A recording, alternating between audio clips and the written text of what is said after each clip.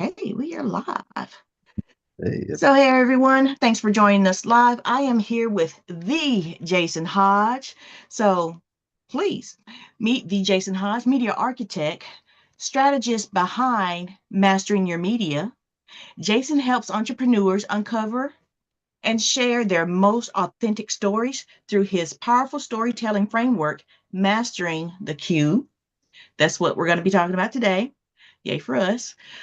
With decades of experience in media architecture, content strategy, and live production, Jason empowers business owners to align their voices with their values. So, turning their stories into a tool for meaningful connections and business growth. So, I give you now the Jason Hodge. Jason, you have the stage. hey, y'all. How you doing? Okay, I'm gonna go ahead and share Erica. Give me a moment. Okay, so we're gonna talk about mastering your cube today. Now, initially it was gonna be a square, but I was like, you know what? Everybody's got a square. We really need a cube here. So we're gonna talk about the cube. And I'll tell you why I went with the cube, because the cube, it is three-dimensional. And there are more dimensions to it, and there's many layers to it. And if you know anything about me, if you've been here when I've been teaching or talking before, you know that there's many ways to mine your business, to dig in. And so I've got a question for you. If you could identify, first of all, that everything that you've got going on, whether it's in life or business, each thing has a story. And when you're engaging other people, you need to be able to tell that story. The reason being is because it is for their benefit and for your benefit. You've got to know what's important to your ideal person. You've also got to know what triggers, what words, what things that you've got to share that are going to be relevant to them in a way where they get it. They say, oh, that's exactly what I've been looking for. Where do I go to sign up? Where do I go to buy? What do I do next? You want those questions to loom in their minds, and then you want them to move to action. But you can't do that until you yourself have defined. And rather, let me say it this way, you can't do that systematically to where you can repeat the process unless you've first identified what it is that you're dealing with. Okay. So let's look at that. There are six questions that I like to drill into when I'm talking about the cube framework, when it comes to mastering your cube, and when it comes to your storytelling practices. For one, you're going to go through these series of questions more than once because each time that you go through them, it's going to provide another uncovering of a new layer. So the first question is, what is it? What is it that you're doing? What's the end goal objective? What is the topic? What is it? You got to ask that question because when you ask that question, it starts the process of you being able to unpack whatever it is. So if it is that you want people to buy your stuff, okay, that's the what it is. So then the question is what story do you need to tell for that outcome? If it is that you want people to go with you somewhere, you want people to buy into something, you want them to have a mindset around something, you want to educate them on something, whatever that what is what you've got to first determine for yourself in order to be able to craft the proper story. Then the next question is, what's its story? So you've defined what it is. Okay, so let's take something. Erica, give me something that we're going to use as a topic of discussion on the what is it scenario. How about automation? Automation. You know what? That sounds like something that you would say. Okay, so what is it? Automation. We're gonna go with automation, okay? No surprise there. Okay, so it's automation. Now, what's the story around automation? Okay, we're going to do this live here. So, what's the story around automation, Erica? Why is automation important to you? I like having the ability to set up something once and have it run by itself. Okay, so convenience. So automation is convenience. I've got a question for you in relation to convenience. Why is convenience important to you? I got a lot of other stuff to do, and I want to be able to do the stuff I said I was going to do. And it is really helpful when things can be set up and then run by itself. Okay. So then this is automation for your own uses, your own purpose. You like to set things up so that you can do other things. So that means you got to free up your time. So then freedom is another part of that equation. Okay. So automation, convenience, freedom, efficiency, because you need it to run smoothly. All right. So all of these things are starting to build your story out. And it's really building the story that I need to tell you in order for you to pay attention to what I'm saying. Reason being is that if I start talking to you about automation, what do you care least about? Like, if I were to tell you something that you could not care less about, but I'm telling you the story, what would that be? You Oh, I do hate it when people tell me about their boats. okay. I thought that you were going to go down that direction because I remember our last conversation when you talked about folks telling you their background story and all of that. Because the fact of the matter is, stories aren't relevant until stories are relevant. So if I start talking to you about things that you cared nothing about, if you stay on the broadcast, you're going to stay on with an attitude more than likely. And then you're going to miss all of the value that I'm bringing to the broadcast because I've not yet hooked you in for you to say, you know what? I really like what he said there. That I resonate with that. That's something I can relate to. Let me hear what else he's got to say. Okay. So I've got to provide a hook, which means that I've got to know what is relevant to you, what you care about, and then how I need to position what I tell you. My storytelling has to then fall into the framework of what Erica cares about. Okay. So I've got to answer the question, what's in it for her? So, first question is, what is it? Second question is, what's its story? So, it's something about automation, which is the topic, and it's the tool that I need to tell you that is going to cause you to want to listen and then hopefully want to buy if I have an automation system to sell you. So, I know now that convenience is important, freedom is important, efficiency is important, automation because it frees you up to do things. So it allows you to do stuff while things that you have to do on a regular basis are being done in the background because you've set up a system that allows you some freedom. Okay. So those are important keys. Next question I have is what's the story? So that comes down to delving a little deeper into the audience. Erica, why is it important for you to have the freedom to do other things? What do you have going on in your life that automation is, automation is important, efficiency, convenience? You don't want to have to do the same thing over and over. What else do you have going on in your life? Okay, so now I'm delving into Erica the person.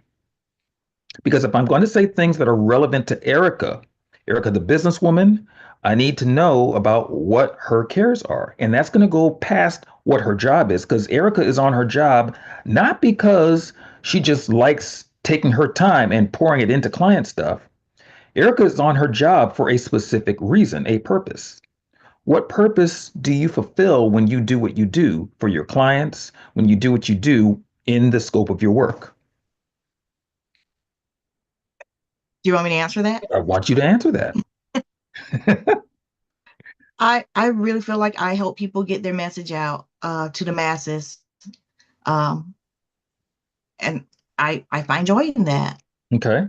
So you find joy in that and helping people get their message out to the masses. Why do you find joy in that? because I see people get really frustrated trying to I guess, get their message out or how Hmm. they could help people. I'm helping a lady now start her Bible study on YouTube, and Hmm. she's very frustrated because she couldn't get it started. And I'm telling her all the things that YouTube could do, and that seems to calm her down. Hmm. And there's no need for high blood pressure when you can just ask for help. Absolutely. So Absolutely. What does it do for you and to you when you see somebody frustrated and they're hitting that brick wall and you know that you can help? What goes through your mind? Why do you have this need or desire to help people when they're frustrated?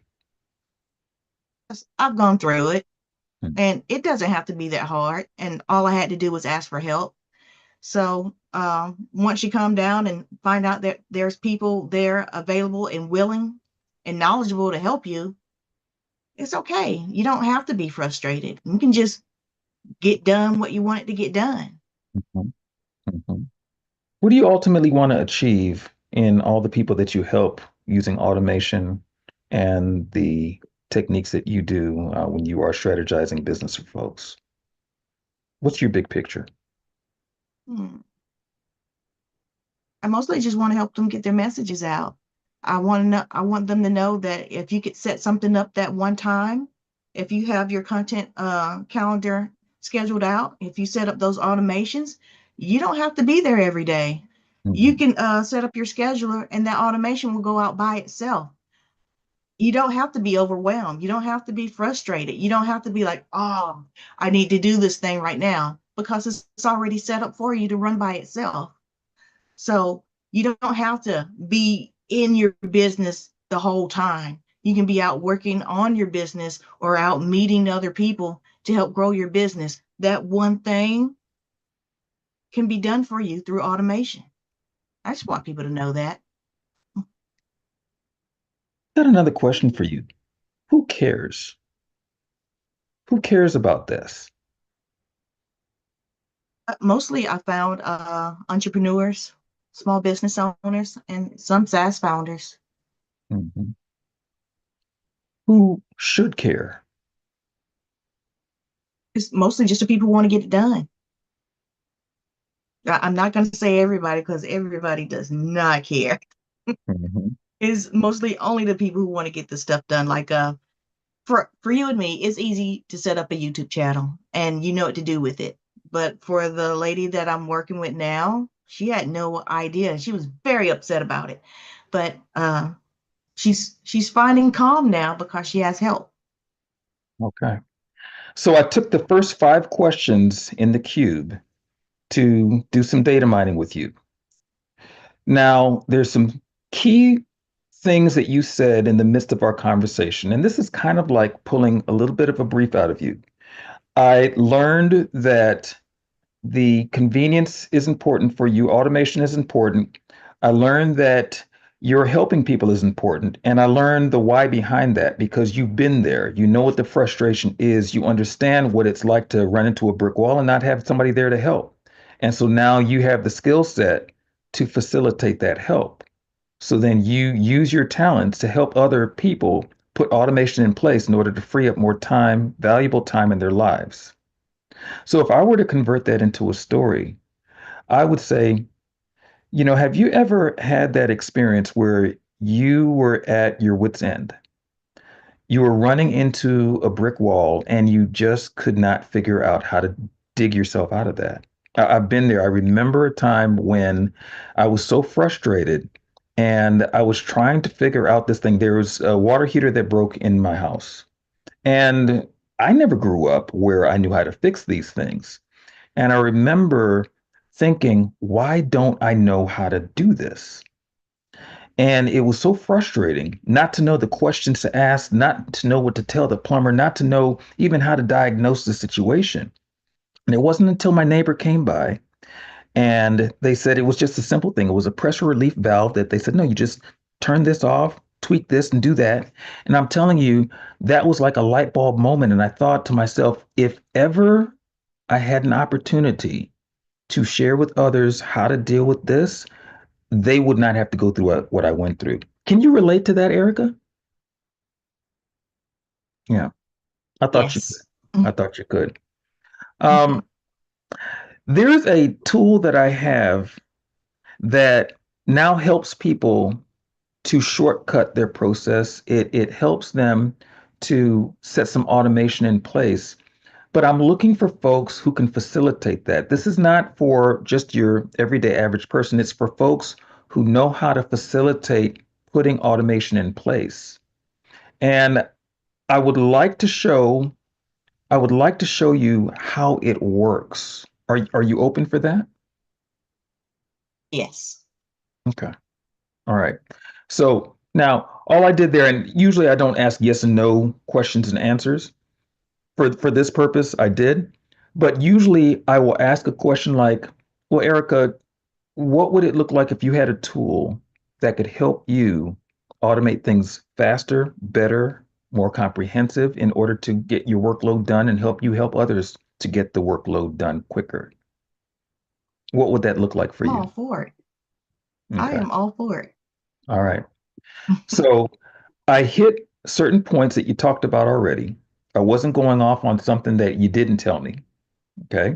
I went off only on what you told me and what you shared with me. And I got to understand what it is. And by the way, let me ask you, was there any points that I hit that I made that were foreign to you that weren't like, no, okay, I can relate to that, I can resonate with that. And you could be honest here. You don't have to just because we're doing this masterclass, but out of what I said, was there anything that did not, strike you as, yeah, that's me, that's I can relate to that? I love that. I need to know this. Like I said, I've been working with someone on their YouTube channel, and I have frustrated them. And I did not mean to do that.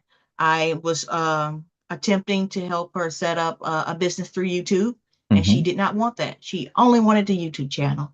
And if I would have known about this sooner, I could have went through these questions and not give her no more frustration. Okay. So this makes it very simple. So thank you for sharing this with me. Absolutely. All right. So now let me break these pieces down because when you use the components inside of this framework, the initial pass is to get the raw information down. Okay. So it is the what is it? What's its story? What's the story? And the story takes in the overarching story. It's the big picture because without there being a big picture, you're just doing things, twiddling your thumbs. You're not really hitting a goal or getting to a destination. Most people do things for a specific reason. There's an outcome that you're looking for. You go to work to get a paycheck so that you can take care of things that cost money. You fix dinner so that you can eat because you need to nourish your body. You know, you raise your children in a certain way because you don't want them to be menaces to society. You want them to be productive. You want them to prosper. So you impart certain things to them. You have friends because not necessarily how the friends feel, but because how you feel having friends and certain types of friends in your life. It makes you feel good, and therefore you want certain people around you. Everybody has a story. So if you start breaking down all the things in your life with these questions, what is it? What's its story? What's the story? Who cares? Okay. Who cares is a very critical question. And it's not a flippant question like, well, who cares? It's a question that you ask in order to determine, does this thing inside of this topic, this aspect, has it earned its keep? It's like when you write words on a page. Do all of the words, do they earn their space on that page? Or are there better words that can get your point across in a more concise manner to deliver the result that you're looking for? If I have a conversation with you, are there words that I can relay to you, that I can convey, that is going to get you to understand where I'm coming from and maybe get buy in to what I'm saying? So that at the end of the conversation, if it is that I want you to read a book or want you to check out this restaurant, want you to go to the movies, there's whatever it is that I'm bringing to your table, I can relay that in a way where you're like, you know what, Jason, I hadn't even thought about it like that. Let me check that out. I love pico de gallo. Of course, I will check that out. Okay, so you gotta know the story of your people. So here it is. I am searching for the keys in order to understand how to best serve you through our conversation. There's another pass though. Once I find out who cares and then who should care, the who should care is inside of my marketplace. I have specific targets that I want to reach. I want to reach buyers who buy automation. So, who are those buyers? Who should care? Well, it's folks in companies who want to optimize their time, reduce their spend, get more work done, more efficient, and then free them up to do higher level things so that they can grow their business. So then my target are those people, that demographic. When I ask the question, who should care though, I also have to follow up with why should they care? Because if I know who should care, I still have to understand the delivery mechanism. I have to understand how do I now talk to them in a way where they get it and then they want to buy into what I've got to sell. So then it has to be their decision, their choice. They have to come up with the idea, and they do that with my prompting them with questions. I asked you a series of questions about automation. I asked you a series of questions about why it's important to you, what it felt like when you didn't know how to do certain things. You talked about how you've experienced these, stopping points before. And then because of that, it gave me the reason to give you the story of the experience that I had. There was a little embellishment, but nonetheless, the experience I had with the water heater, because there was no plumber there. There was just a conversation of why don't you know this information? And I thought I probably should get a manual on water heaters. If somebody was there to sell me a video or a manual on water heaters, water heater dynamics, water heater safety right then and there, because I was in the thick of it, I would have bought it because I needed the answer right then. So at that moment, that intersection of need and tragedy, I needed a solution. So if somebody was there to meet me at that intersection where I was looking for a solution, I would have bought it. If somebody were to approach me now and say, I've got this manual on water heater repair, I'm like, that's great. I'm not looking for water heater repair manuals right now. I'm not in crisis.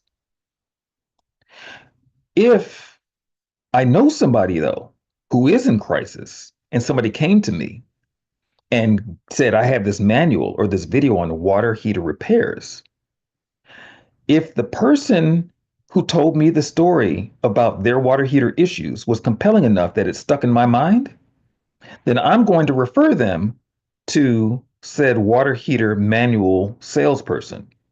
Because now I have a match. Hey, I know somebody that you need to talk to because they need a solution right now.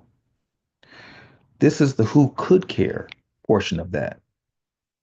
Who could care is beyond you, it's beyond your organization, and it's beyond your normal target market. Beyond your normal target market is all of those people who may associate with target market that you've not yet tapped into. I may know somebody that you need to know, but unless you tell me your story in a way where I can then relate it to the person that I know that you need to know, I'm not going to refer you because I don't know that I need to refer you. So I need to be able to understand what it is that is going to help my person out. I need to understand how it is that I can relay that story to my person. And I need to be able to trust that you can actually deliver upon what you're saying. So you need to tell your story in a way that I can say, oh, she's an expert on water heater repairs. She's an expert on automation. I need to connect my person with her. Because if I connect you with my person, but you don't know what you're talking about, then I am going to have egg on my face. So I'm not willing to risk that embarrassment.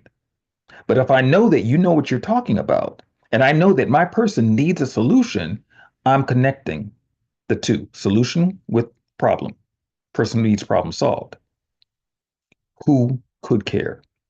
All right. So now the next layer of this, you go back through it again. What is it? So, what is it? What are the details of your topic of your product of your project, the details of it. Now, this is all for internal dialogue. You need to understand the nuances of why you're selling, why you're presenting it. You need to believe in your own product, your own system. I'll give you an example of that. Okay, so as you know, I'm the media architect for a television network, Got One Television Network. In the midst of what it is that I do when I'm connecting dots, I've got to curate and or create content. In the curation process, I need to know what is it that we need to fill in the blanks on the network.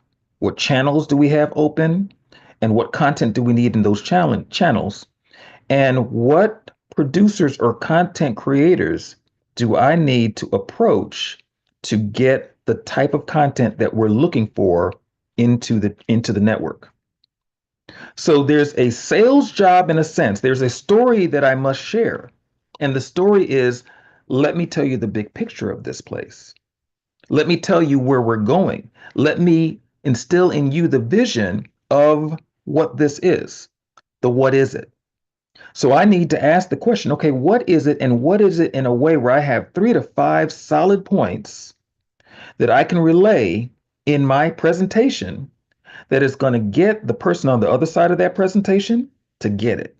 They understand it. They're like, ooh, that's what I need. Okay. I need to know what they need. Back to the first set. Okay. That first round that we did. Right.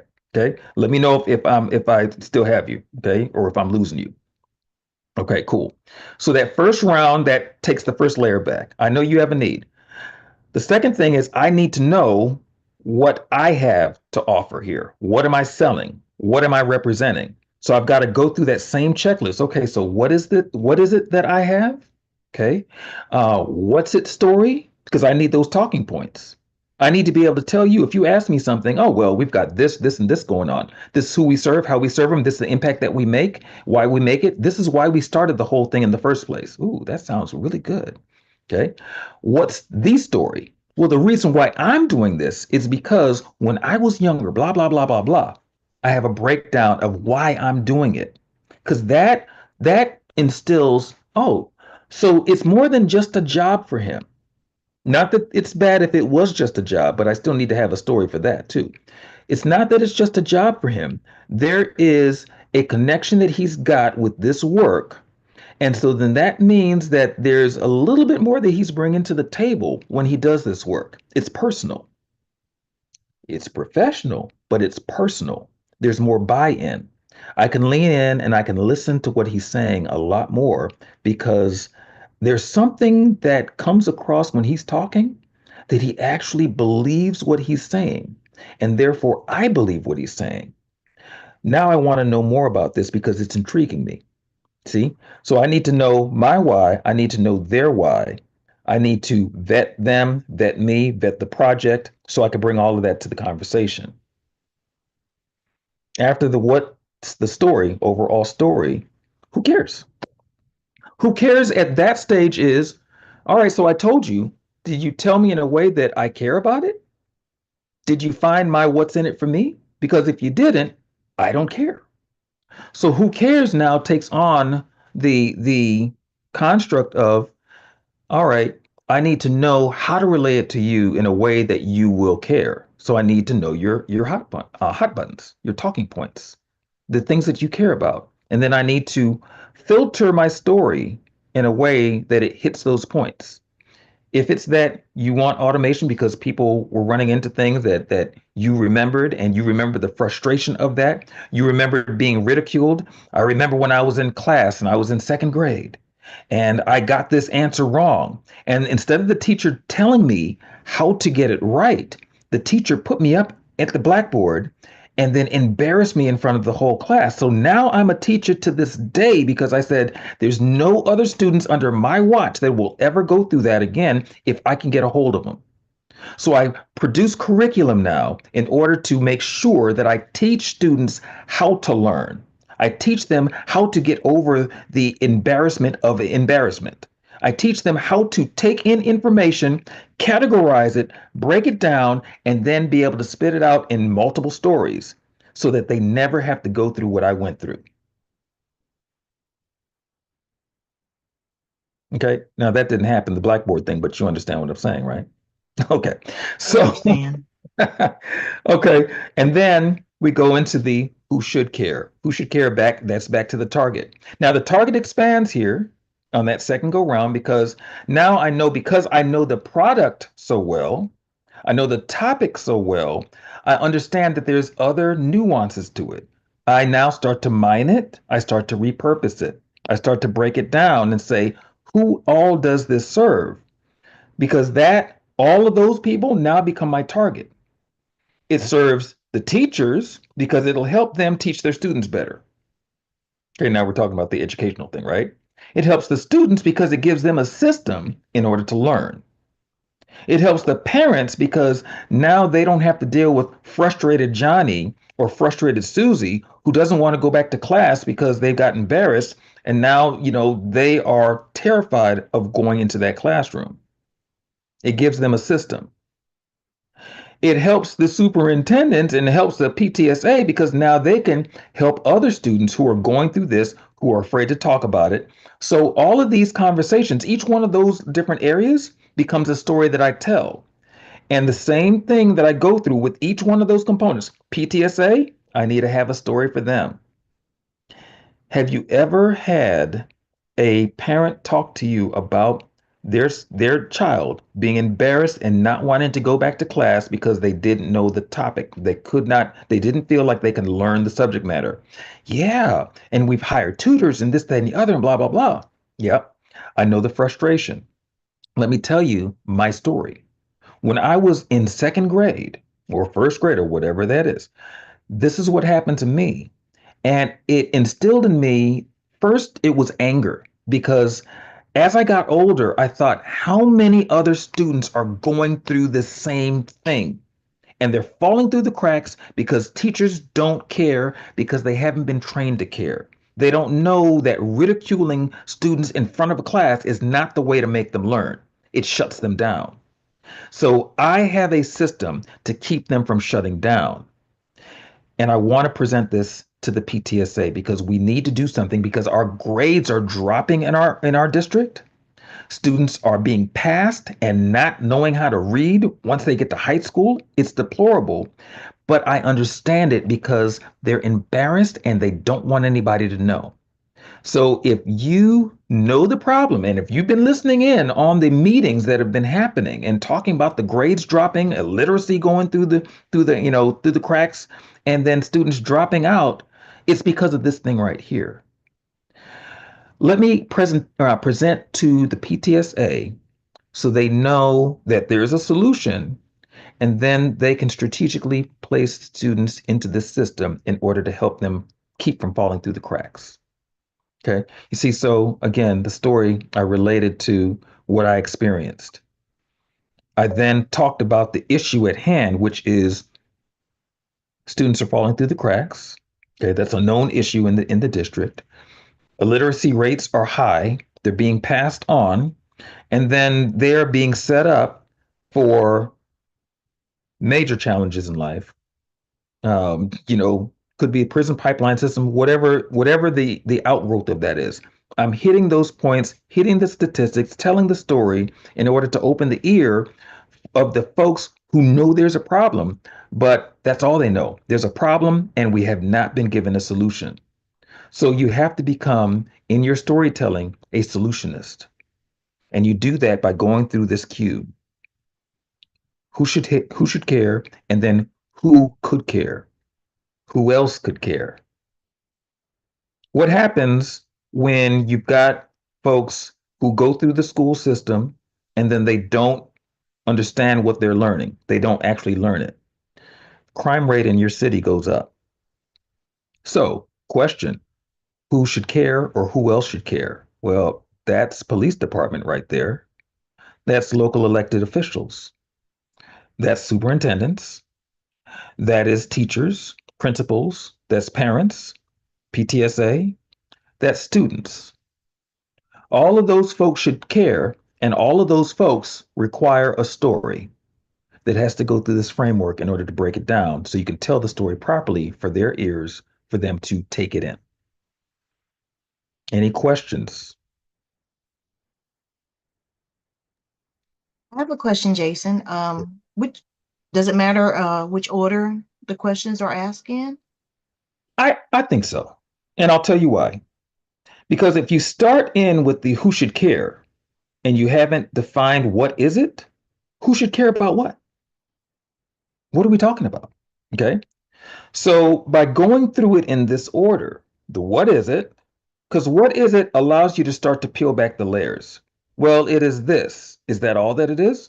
Well, when I think about it, it's this too. Okay. And when I continue to think about it, it's this too. Now, it doesn't mean that you won't find more things once you loop back around, but that initial should be you asking those basic questions. What is it? What's its story? What's the story? Okay, that's my role in it and others' role in it. Okay, who should care or who cares? Who should care and who could care? Once I go through that first round, when I go back to what is it, if you noticed that when I came back around and said, okay, who else could care? There was a whole slew more of folks who else should care or who cared, right? We got to teachers, superintendents, we got to the police department because of crime rates, we got to city officials. Like we started going the gamut because each one of them has a part in that conversation. If I talk to the police department, talk to the police of chief, I say, or police chief, I'll say, hey, Chief so and so, yeah, Jason Hodge. Yeah, I run programs in schools for children, and we help integrate what they learn in the classroom with real life scenarios in order for them to be successful citizens coming out of school. Oh, Jason, that sounds really interesting. Well, how do you do that? Well, we have a media mentorship and a culinary program. And so we combine media, we combine food because children love to eat. And they also love getting on camera once they get past the nervousness, which takes about a week, 2 weeks tops. And by the time they're finished, they learn leadership skills. They learn personal development. They learn communication skills. They learn how to cook. They learn how to operate technology through media. They learn how to structure stories. They learn how to break down, different aspects of social media and this, that, and the other. They learn how to create a book. They learn how to. So I can go through all of the things that they learn and then the impact that it makes on them because of this. And I could now say yes, and I regularly run into students who started out in my program back in 2016, and this is what they're doing now. That's the long-term impact. So it's like, wow, that's really good. Are you still currently running that program? Well, it's on hiatus right now. However, I have taken it back off the shelf because I've had more districts who are asking for it. Would you be open to presenting in front of the department so that we can see how we can support? Okay. So I took the story, took the results, took the intersection, which is crime rates going up, and I have a solution for that because when students feel adequate, then they plug into what is making them feel even more adequate. When they feel inadequate, they run away just like adults do. They shy away from the things that are hard.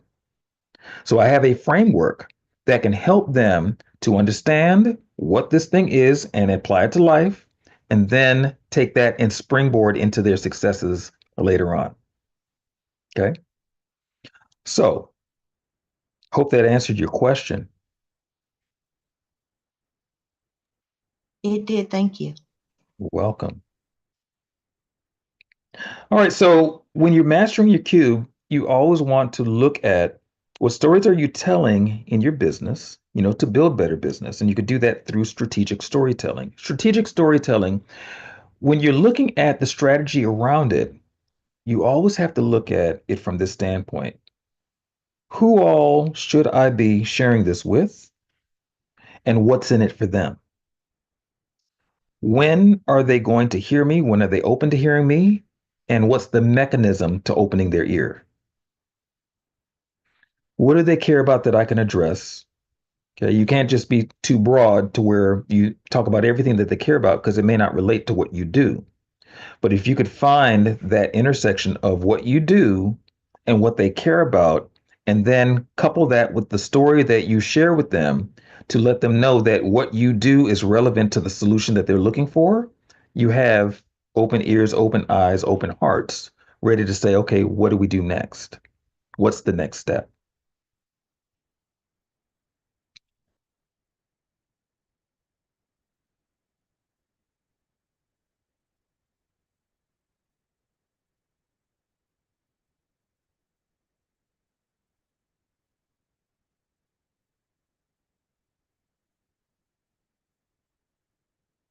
All right, so again, 6 areas. What is it? What's its story? What's the story? Who cares? Who should care? Who could care?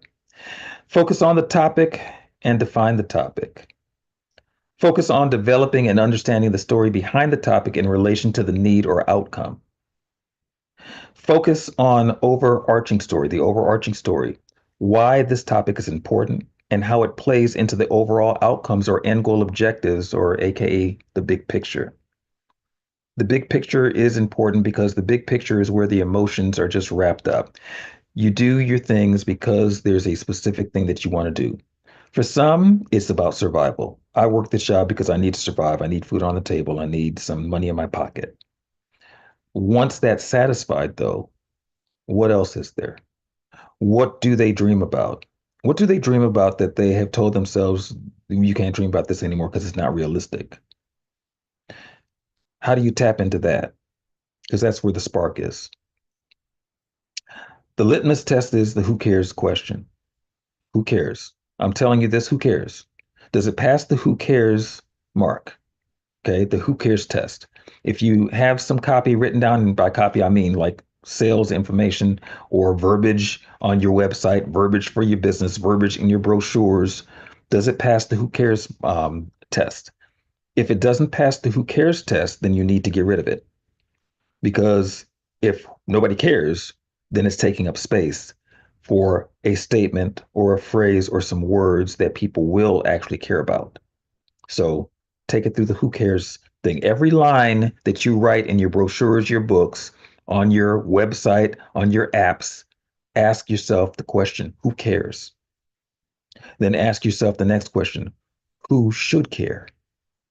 That's going to give you the marketing schematic. Well, if these people should care, then I need to know what they care about, that I can then intersect what I do, the solution that I have for them, with what they care about so they can hear me. And then the next thing is, once you got that solid, you've got that model, it's structured, then it's the expansion. How do you pivot? How do you repurpose? How do you repackage? And then how do you find more in your marketplace? You've got a series of buyers who are not going to necessarily transact business with you. Your buyers are the ones who will buy the product directly or the service. There's also the buyers who will buy into you and say, I want to be a part of your team. You're selling to them and you're giving them the story as well. You've got your buyers who will collaborate with you. You're selling them the story as well, and they need to hear the what's in it for them. So you've always got to ask the question, what's in it for them? You've got to get to know them, know what their business model is, know their why behind why they do their business, and you need to know their emotional why. Some people are in there because it is a boost to their ego and they want relevance. So if they want relevance, then you must tell them the story of relevance. How does this give them the prominence in their space that is going to allow others to see them as, wow, they really showed up, they came through, they knocked this out of the park. And our society, our world, our community, our business, our department is all the better because they're here. How do you get them that win? And what story do they need to hear in order for them to know that you're the one to get them that win? And then the last thing is, once you do that effectively, then it's time for expansion and scale. The scaling is, how do you now expand this? It could be expanding into different languages. It could be expanding into different departments. It could be expanding into different businesses. You may have a system that you sell, a training system, and you said, okay, I really have locked it in the nonprofit world, but the principles may apply to the for-profit world as well. So then you go back through and you recondition, repackage, rename certain things, and then you provide it for the for-profit sector. What does the for-profit sector care about? Well, probably profits. So, how do you package or present this in a way where they could say, I can see how this is going to raise my profit margins? I can see more profits coming through my business if we apply this. Let's have an audience. Let's have a meeting with Erica because she said the right things. Well, how do you say the right things? You have to know who they are. What kind of research do you do on that business, on that individual to know what they care about, what their particular bent is inside of their industry, and how they move in business that aligns with how you can serve them? Okay, so you're always asking those questions in that cube. Keep on going through the cube. And then before you know it, you have a whole stack of information, talking points, and you know how to conduct that conversation because you you you have studied them well enough to get to the end of that conversation in order to make a buying decision. All right. And so then that is it for today, unless you've got other questions. Would love to dialogue about it. Well, we're going to save that for the second half. So if you're here with us live, you get to ask the Jason Hodge questions. And if you're watching via the live stream, should have came and joined us on Zoom. So I wanted to let you guys know that Jason is the fourth speaker in the four-part series for the Virtual Summiteers peer group. His topic is mastering your media. He will be speaking again next Tuesday. I think that is the 6th. And it's either going to be, is it going to be a workshop or is it going to be a panel discussion, Jason? I think this will be a workshop. Yeah, unless if we've got folks in on the panel, that's fine too. But even in the panel, everybody's going to work. So Okay. it's going to be synonymous term. Because, I really appreciate when folks come away and they have something that they could say, you know what? I spent some time in here, I invested some time, and I came away with not only understanding, but I now know how to do one new thing that's going to help grow my business. Yeah, that's what we want. We want to grow our businesses. So next Tuesday, that will be 3 p.m. Pacific, 6 p.m. Eastern, and we're gonna have a workshop with Jason Hodge. So if you're watching via the live stream, this is the end. But everybody that's on with us here on Zoom, uh, we're gonna get to talk to Jason. So bye for now on the live stream.